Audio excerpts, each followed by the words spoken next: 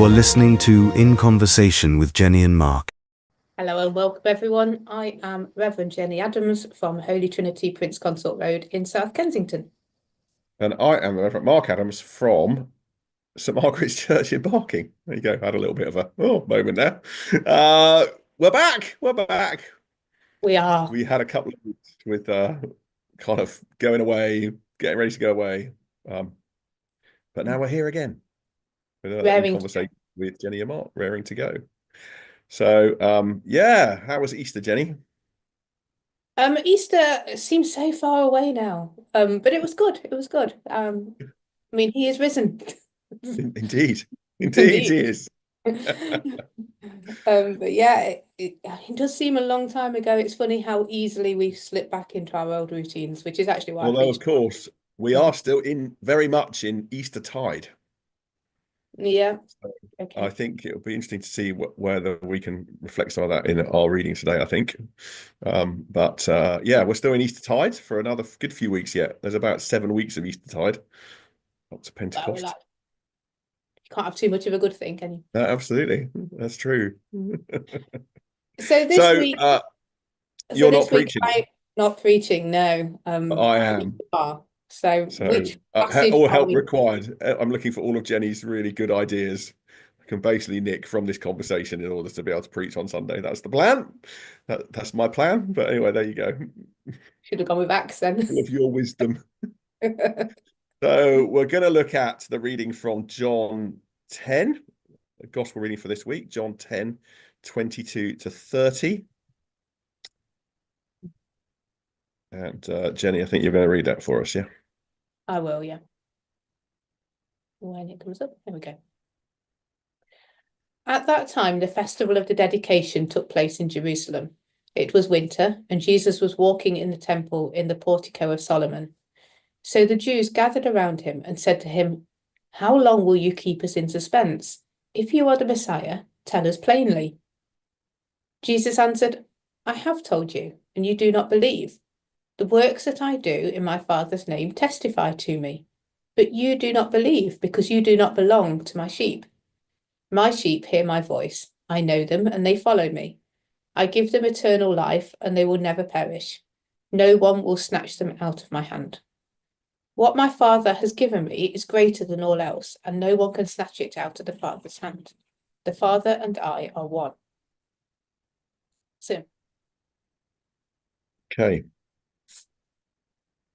We missed a great bit where the Jews then pick up stones to stone him for it. Well, I must admit, I was looking at this yesterday and thought, you've really got to read on another verse, which is they basically took up stones to kill him, really, because they asked him the question, they goaded him to say that, that he was God, and then wanted to stone him. That's true. But we do miss out a key verse, I think, but yeah. Well, maybe I might add that in for my reading on Sunday. I don't know, because I think you're right. It sort of it kind of gives the story another edge, doesn't it? Yeah, I don't think you're seeing it completely in context if you don't have that. I mean, it was the whole reason for asking him, really. So that's interesting, isn't it? I think that's an interesting point to kick off on, really. That how long? Tell us plainly. I want you to tell us plainly. Are you the if you are the Messiah, tell us. And I suppose in a way, though, he goes further than that, doesn't he? Yes, but all they needed was the answer yes, didn't they? That's all they were asking. We obviously, because we're Christians and 2,000 years of creeds and councils and stuff, that came to this conclusion that yes, we believe that Jesus is God incarnate. And actually, this is a pretty strong verse to support that, isn't it? That is Jesus's self-understanding, especially the final verse, the Father and I are one. And perhaps we'll come back to some of the other stuff in a minute. But just on that, I think, that's a pretty clear statement from Jesus there. But that doesn't but they don't necessarily have an expectation that the Messiah is going to be God incarnate, do they? Or do they? I don't know. I don't know. I don't know what their understanding of the Messiah was going to be. Apart from all singing and all dancing, coming in all guns blazing, and he hasn't done that. Yeah. I don't actually know enough about Jewish understanding, I don't think, of what they it'd be were interesting to maybe. but they're certainly not happy, are they? With the tell us plainly. He says basically, yes, I am, and I'm one with the Father. And I mean, it's an interesting one, isn't it? If we saw someone saying that, how would we react? I Oh, we'd always think think they were that's mad. an interesting We'd question. think they were mad. I mean, we've had them in society, haven't we? You know, that all think they are God. So we've had these people, and we just write them off as mental health problems. But this is more than that, isn't it, though? Because it's not just because they think he's got some issues. You know, it's blasphemy. It's like it's outrageous, which is why they need to stone him. Need to. Although actually, if you read on, he just carries on having a conversation with them, in fact. So they kind of maybe they've just got the rocks there. It just makes a high stakes conversation, but I think he just ties them in knots. I think they have to be very sure before they stone somebody that he has said something directly, which is why I tell us plainly. It can't be misinterpreted, yeah. can it? So there's a Otherwise, they're going to be in fascinating trouble. there is a fascinating conversation here, isn't there, between the Jewish leaders, the scribes, Pharisees, whatever, which I how I'm interpreting the Jews here, and Jesus, really. I think because it is this thing about which comes to all sorts of things of faith in a way, doesn't it? Tell us, give us a sign or tell us plainly. Well, I have told you and you don't believe me, and I'm going to tell you again and you still don't believe me. So Jesus telling them is not satisfying there because it doesn't fit, I guess, within their preconceived ideas of what the No, and Messiah we should kind be of or how see it should that. We operate see or that in our. We're just the same, aren't we? So if yeah. we hear of a miracle, we don't quite believe it straight off hand, do we? We do question it. And there are lots of people that will spend, tie things in knots to make sure that it's not a miracle. So yeah, I mean, amazing, miraculous happenings aren't enough to convince people. I learned that a lot in baptism prep. When I used to ask people their life stories and things like that, some of them had had really miraculous things happen, and yet Mm, still weren't quite sure. Still mm, would walk away. In fact, I know a handful of people that I would say I'd had events happen that I would think was amazing if it happened to me, and then 2 years later they've walked away. It wasn't enough. mm, So mm. there is a question of what would it take? What does it take Well, for us Jesus to sort of, have I faith? suppose this is the heart of this conversation in a way, isn't it? Because Jesus says, "I've told you, and you do not believe." Sorry, it's but you do not believe because you do not belong to my sheep. Ah, yes. So let's go on to sheep. Come on, then, tell us about sheep because you know a little bit about So sheep, don't you? he's not just come up with sheep out the blue either. He's been talking about sheep previously with "I am the good shepherd," hasn't he? Yeah, Let's just absolutely. Well, of go course, back. and there's the whole thing of David the shepherd, and But yeah, in Jeremiah, there's God as the shepherd, isn't there? So the shepherd theme is a I do just powerful one think through in the Old this Testament. thing it sounds quite random as though he's just come up with sheep, but it is No, part of a no, different. he has also been talking about sheep in the previous verses in Yeah. John 10. That's right. I'm the good shepherd, etc. Yeah. So Middle Eastern shepherding. Okay. Okay, so you've lived in a Dale, so you know that the farmers come out in their quad bikes and round up the sheep, and they put them in Yeah. lovely fields with fences and gates and all that sort of thing. And actually, I believe still to this day, Palestinian shepherding, the sheep just wander. A little bit like we saw in the New Forest with With the the ponies. Yeah, we were in the New ponies. Forest last week, so Yeah. we were seeing some. But they just wander and they're all kind of labelled. And because the shepherd stays with them day and night, sleeps with them, whatever, they know his voice and they just know him. So if they do just follow him, he calls them and they just follow. But then Right. if he meets another shepherd with their sheep and they all get mingled up, he can just walk off calling his sheep and his sheep will follow him and the other shepherd's sheep will follow them. And it all comes from how much time they spend together and the relationship that they have. And Mm. only time really creates relationship. Um, Hmm.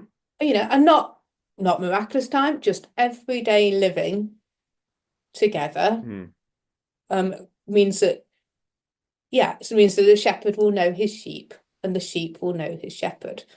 And I think Mm. I always feel that knowing that changes how I think of my relationship with Jesus, really. It's not always the miracles, it's the everyday living means that you know a little bit more about what Jesus would want and vice versa, really. Well, probably knows all of what I want.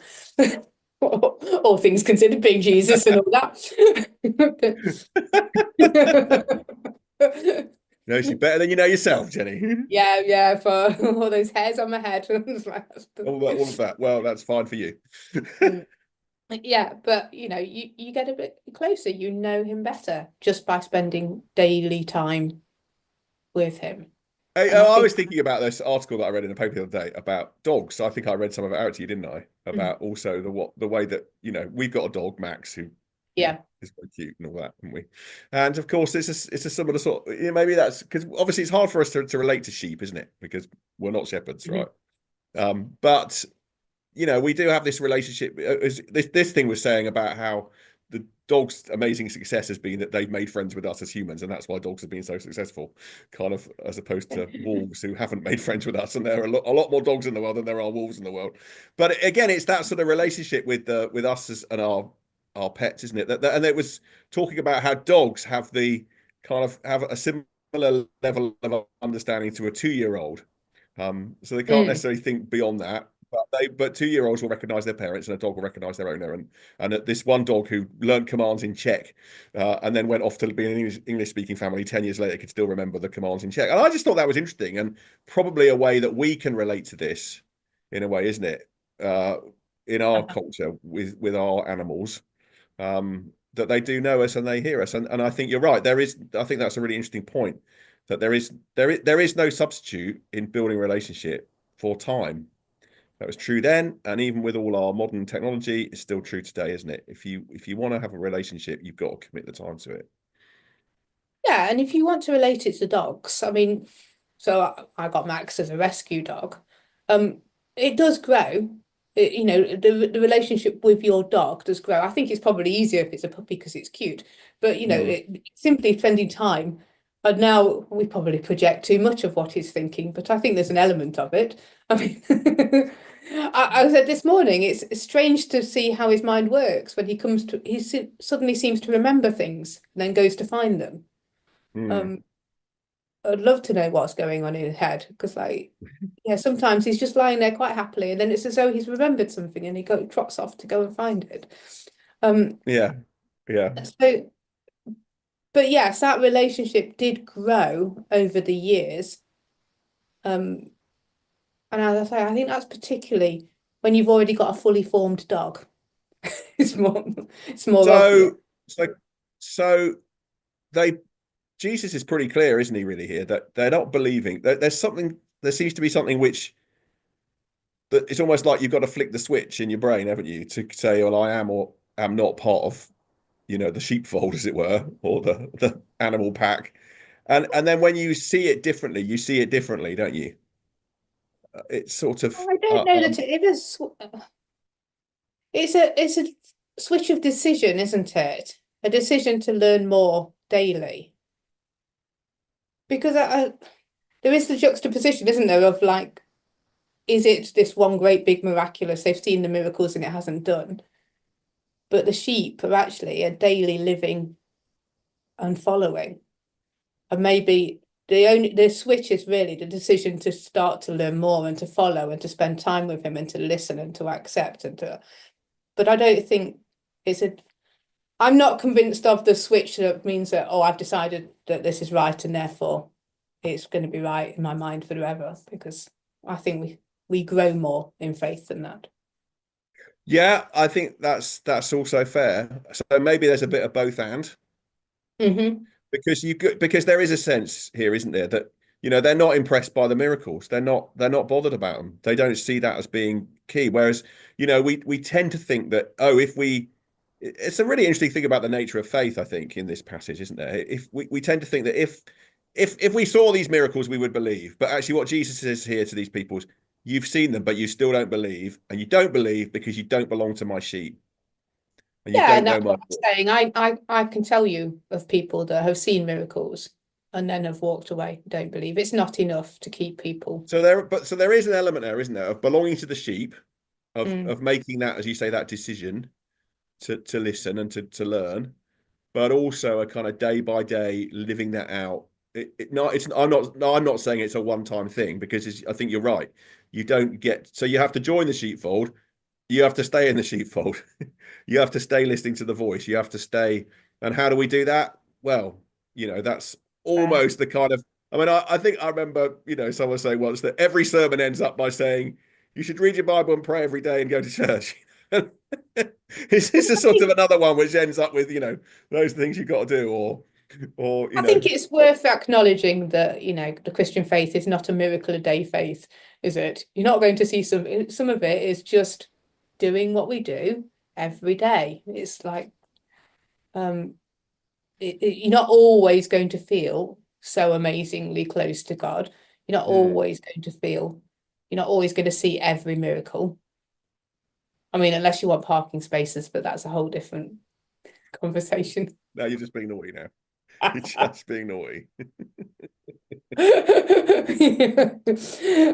But yeah, got this amazing passage from John 10 about my sheep hearing my voice. I give them they know them, they follow me, and you're now talking about parking spaces. I don't know where to go with that, really, but anyway.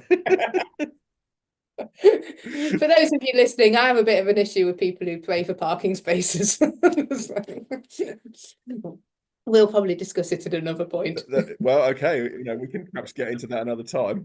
But yeah, is that enough for you to do? You've got something to well, I think just to say, I just think there's my sheep hear my voice. I know them and they follow me.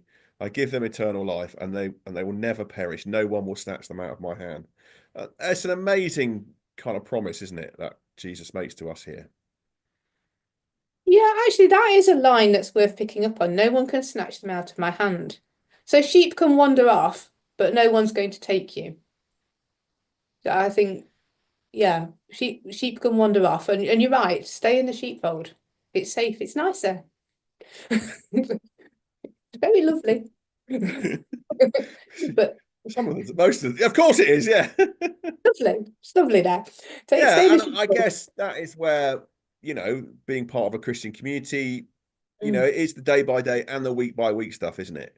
It is. I mean, we were talking the other day, weren't we, about, I must admit, when we were in the New Forest on Sunday, it was a little bit like, oh, we can go and do something else this morning, or let's go and have brunch, or but I remember, when I had a bit of time where I wasn't doing this role, and for a few weeks that seemed really good, but actually in the end I wanted to go back to be worshipping. It wasn't something that I could just walk away from, or there was a pull back, and I guess that is wanting to hear the voice again and wanting to be part of that. And to be part of that community, yes. Yeah, absolutely. And community obviously is a very important thing, isn't it? And that's what we want to be about in terms of our church. People always say, we can pray at home, and we can pray at home, but it's not the same as being part of a community and praying as a community. No, that's right.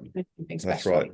Mm. Yeah. So there is a kind of call here, isn't there, to stay in the sheepfold, stay listening.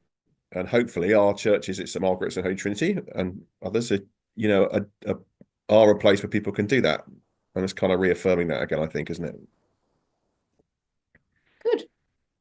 Well, I think that's fine. Yeah, we can think. I'm sure that so if you come along to St Margaret's on Sunday, sure we can hear some thoughts developed along that theme. So thanks for listening, and we will be back again next week. And we hope and pray that whatever you're doing on Sunday goes well. Thank you. See you soon. Take care. Bye-bye.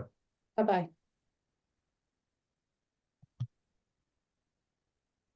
Thank you for listening to In Conversation with Jennie and Mark. Please subscribe for more episodes on all the usual podcast platforms.